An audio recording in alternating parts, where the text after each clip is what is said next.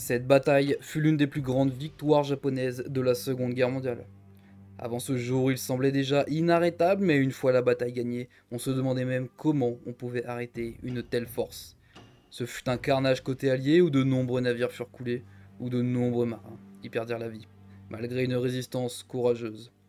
Les Japonais y conquéreront les Indes néerlandaises tout en anéantissant la flotte des Pays-Bas. Amis fans de grands navires ou simples curieux, je vous présente la bataille de la mer de Java. Cette vidéo étant ma toute première bataille, je vous invite grandement à commenter sur des choses peut-être qui ne vous auraient pas plu ou inversement qui vous ont plu. Je vous invite aussi évidemment, si vous avez aimé la vidéo, à la liker et si vous en voulez d'autres comme celle-là, à vous abonner. C'est très important et j'en aurais bien besoin. Dans tous les cas, j'espère que cette petite parenthèse ne vous gênera pas et je vous souhaite évidemment un bon visionnage. Avant de parler de la bataille en elle-même, il est évidemment important de revenir sur son contexte.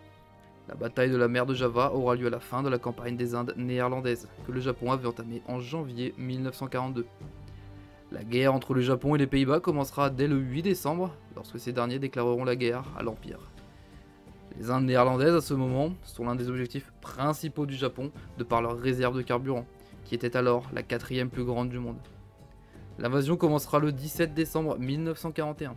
Nous sommes alors 10 jours après Pearl Harbor et à peine une semaine après la destruction de la Force Z, les cuirassés anglais présents dans le Pacifique. Les Japonais lanceront l'invasion avec un grand nombre de forces, incluant porte-avions, croiseurs lourds cuirassés et tout un tas d'autres navires plus légers.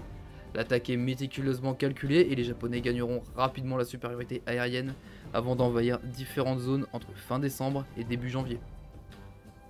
C'est lors de cette campagne que l'ABDACOM fut créé, qui était en mélange des forces américaines, anglaises, hollandaises et australiennes sous un seul et même commandement. La force était composée de pas mal de navires, mais on était bien loin de ce que les Japonais avaient emmené. Les Alliés disposaient de beaucoup de destroyers et de croiseurs, mais pas de réels porte-avions ni de cuirassés. Alors que les Japonais disposaient de 4 de leurs porte-avions et 4 cuirassés de classe Congo, et tout un tas d'autres croiseurs. La campagne commencera réellement avec la bataille de Tarakan, qui prendra place le 11 et le 12 janvier 1942. Les Japonais y captureront la petite île et qui disposait de nombreuses réserves de pétrole. Suivront ensuite de nombreuses batailles à terre où les Japonais avanceront très rapidement. La première bataille navale aura lieu le 4 février 1942, lorsque les bombardiers G4M et G3M, les mêmes qui avaient anéanti les cuirassés anglais, attaqueront des croiseurs de l'ABDACOM. Lors de la bataille, les croiseurs USS Marblehead et USS Houston seront endommagés, mais ce dernier pourra continuer le service pendant la bataille. Les Japonais renforçaient alors leur présence à l'ouest des Indes néerlandaises. La prochaine bataille navale de la campagne sera la bataille du golfe de Badung, qui aura lieu la nuit du 19 au 20 février 1942, et qui prouvera la supériorité japonaise lors des affrontements nocturnes. Ici, 4 destroyers japonais affronteront une force de 3 croiseurs ainsi que de destroyers et de sous-marins. Les Japonais réussiront à couler 2 destroyers et endommager un croiseur, tandis qu'aucun de leurs navires ne coulera malgré les dégâts reçus. Quelques jours plus tard, le 27 février, c'est l'USS Langley qui sera coulé. Le tout premier porte-avions américain sur lequel nous sommes revenus dans la vidéo sur l'Enterprise. Il sera repéré alors que ce dernier devait rencontrer des destroyers afin qu'il soit escorté. Il sera gravement endommagé par des G4M avant d'être sabordé à la torpille. Nous sommes à peine un mois après le début de l'invasion et les Japonais sont en train d'écraser absolument tout sur leur passage. Et ce n'est que le début. Fin février, les Japonais rassemblèrent leurs forces pour attaquer Java. Pour les intercepter sera envoyée une force de l'ABDACOM composée de presque tous leurs navires. Le HMS Exeter qui participa à la perte du croiseur Graf Spee, ainsi que le seul navire équipé d'un radar. L'USS Houston, ainsi que 3 croiseurs légers dont le HNLMS De Ruyter, le navire amiral de l'amiral Dorman qui commandait la flotte. Le convoi japonais qui participait à l'invasion était escorté par des croiseurs lourds Nashi et Aguro, ainsi que les croiseurs légers Naka et Jinsu, ainsi que de nombreux destroyers. La force était commandée par l'amiral Takeo Takagi. Le 27 février, à 11 h, les Japonais repèrent de leurs avions de reconnaissance la force alliée. Les deux flottes se rapprochent l'une de l'autre. 14h27, les alliés voient les Japonais et inversement. 14h47, les croiseurs japonais ouvrent le feu à 27 km. 14h50, le De Ruyter et d'autres navires ouvrent le feu à leur tour, mais les deux flottes sont trop loin l'une de l'autre et aucune salve n'est concluante. 14h53, les destroyers japonais lancent une grosse attaque à la torpille, mais aucune ne touchera. 15h, les destroyers alliés font de même, mais le résultat sera lui aussi le même. La bataille fait rage, la plus grosse bataille navale depuis le Jutland en 1916. Les forces alliées essaient de faire des allers-retours afin d'attaquer en priorité le convoi, mais pour le moment l'escorte le protège très bien.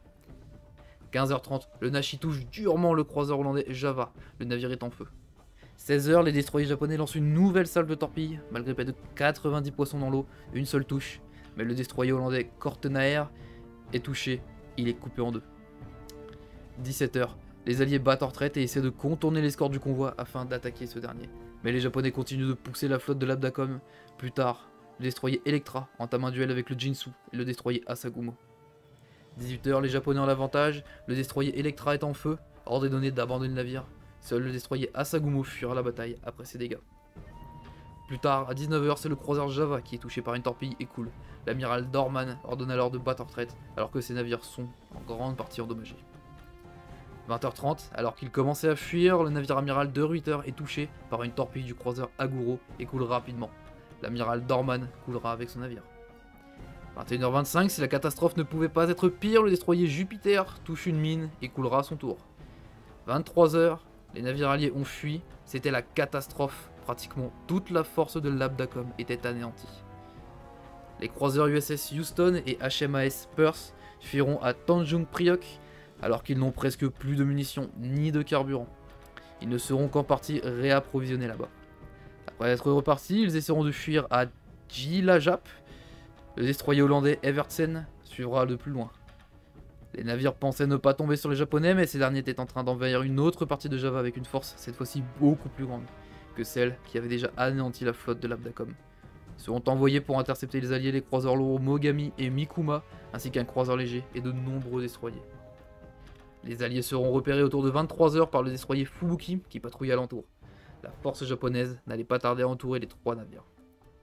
Minuit, les deux croiseurs engagent le destroyer japonais. D'abord le Perth, puis le Houston. Minuit 5, les destroyers japonais avancent pour tirer leurs torpilles. Une touchera le Perth, mais ce dernier continuera malgré tout la bataille. Les forces japonaises sont en surnombre, mais les alliés continuent le combat et essaient d'atteindre le convoi. Minuit 15, le navire australien est encore touché d'une torpille, et cette fois-ci, il commence à prendre de la gîte. Le capitaine ordonne d'abandonner le navire. Pendant ce temps-là, le Houston affronte presque toute la flotte à lui seul et subit de lourds dégâts, mais continue le combat. Minuit 20, le Houston est touché par une torpille, mais le capitaine ordonne de continuer la bataille. Il arrive à infliger des dégâts à plusieurs navires, dont le Mikuma, ainsi qu'à des destroyers. Minuit 30, le Perth, qui est en train de couler, est encore touché, accélérant sa chute. Minuit 40, le Houston seul est entouré par une force de nombreux croiseurs et destroyers. Il réussit malgré tout à toucher le destroyer Shirayuki, et touchera aussi à plusieurs reprises le destroyer Harukaze, tuant plusieurs hommes et causant des dégâts dans ses moteurs et ses gouvernails. Mais malgré sa résistance vaillante, le navire est bien seul et est en train de se faire littéralement déchiqueter par les navires japonais. Il est touché de plusieurs torpilles, complètement en feu et prend de nombreux coups. À minuit 50, le capitaine du croiseur, Albert H. Rook, qui est mortellement blessé, donne un dernier ordre, celui d'abandonner le navire. 1h, les japonais vont secourir les survivants. Ces derniers resteront prisonniers pendant plus de 3 ans, dans des conditions très mauvaises. Le capitaine Rooks du Houston est mort, tout comme le capitaine Hector Waller qui servait sur le Perth. Mais tout n'est pas fini. À 2h, le Evertsen se rapproche du détroit de Sunda, mais est intercepté par 2 destroyers japonais. Il essaiera de fuir, mais ce dernier est touché à plusieurs reprises. 2h30, la situation est critique et l'Evertsen essaie de se battre avec les japonais. 3h, le navire n'est plus en état ni de fuir ni d'affronter les japonais. Ordre est donné de l'échouer un peu plus loin afin d'éviter la capture. 3h30, le destroyer s'échoue, l'équipage s'aborde le navire. Ils fuiront sur la plage. Malheureusement, nombre d'entre eux seront capturés par les japonais. Malgré tout, dans l'attaque, les japonais couleront aussi plusieurs de leurs propres navires de transport, avec leurs nombreuses attaques à la torpille. Sur 4 navires, seulement 2 seront échoués. Mais évidemment, la perte côté allié est bien plus élevée car les 3 navires seront coulés et plus de 1000 marins seront tués et presque 700 seront faits prisonniers. Mais tout n'était pas encore fini car d'autres destroyers étaient encore à flot et tenteront eux aussi de fuir après l'engagement de la première bataille de la mer de Java. Dans la nuit, le croiseur HMS Exeter sera en partie réparé des suites de la bataille de Java. Il sera escorté par le destroyer HMS Encounter et USS Pop. Malheureusement, il n'allait pas vite. 8h30, 4 autres destroyers américains arrivent à fuir via le détroit de Bali, 9 h, les avions de reconnaissance japonais repèrent le restant de la flotte alliée en fuite. Les croiseurs lourds et destroyers sont en route pour les intercepter. Peu avant 10 h, alors que l'Exeter et les destroyers essaient d'éviter une première force japonaise qui avait été repérée, ils se rapprochent des croiseurs lourds Ashigara et Miyoko. Ils vont devoir se battre. 10 h 20, les croiseurs japonais ouvrent le feu. Un peu après, le Encounter et le Pop mettent leur fumée afin de tenter une attaque à la torpille, tandis que l'Exeter tire à son tour sur les navires japonais. 11 h 20, ce dernier est touché dans la salle des machines et ralentit dangereusement. Ordre est donné à l'Encounter et au Pop de battre en retraite. Les japonais se rapprochent rapidement du croiseur. Entre temps, ce dernier est touché par de nombreux obus. Mais contre les ordres, les destroyers font demi-tour afin d'attirer le feu sur eux et secourir les survivants de l'Exeter. Les japonais se concentrent alors sur le destroyer Encounter et le navire est très rapidement gravement endommagé. 11 h 30, ordre est donné d'abandonner le navire. 11 h 40, le destroyer Inazuma touche le croiseur anglais de 2 torpilles, coulant rapidement ce dernier.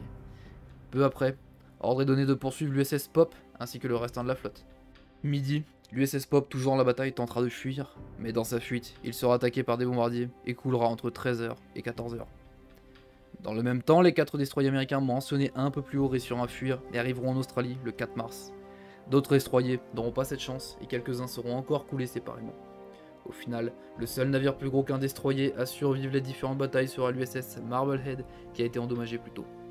Les pertes furent très lourdes pour les forces alliées, les batailles à terre ne se passant pas mieux pour ces derniers. Finalement, l'Abdacom sera dissoute dès le 1er mars et malgré une résistance courageuse, les Indes néerlandaises seront conquises le 8 mars. Pour ce qui est de l'action en mer, plus de 20 navires alliés seront coulés, dont 2 croiseurs lourds, 3 croiseurs légers et de nombreux destroyers. Les Japonais de leur côté n'auront pratiquement subi aucune perte.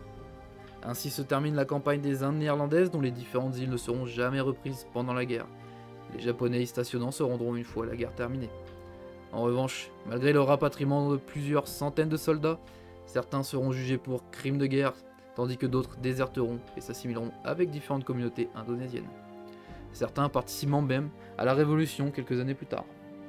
Cette grande victoire sera parmi les dernières japonaises avant Midway, et même s'ils remporteront quelques batailles, aucune ne le sera de manière aussi convaincante. Et c'est ainsi que se termine la vidéo sur la bataille de la mer de Java. Ce fut un essai de ma part, afin d'essayer de m'étendre sur d'autres sujets que simplement les navires, et j'espère avoir réussi cet essai. Surtout, si vous avez des choses à redire, n'hésitez pas, je suis ouvert à toute critique. Dites-moi ce que vous avez aimé, ce que vous avez moins aimé. Est-ce que vous auriez voulu que je rentre un peu plus dans les détails de la bataille hors marine, ou si vous auriez voulu justement que je parle seulement des batailles en elles-mêmes, sans rentrer dans les détails et le contexte. Dans tous les cas, on se retrouve le 14 juillet pour une vidéo sur un navire anglais. Non, c'est une blague, évidemment. Enfin bref, moi je vous dis maintenant bon vent et mer calme.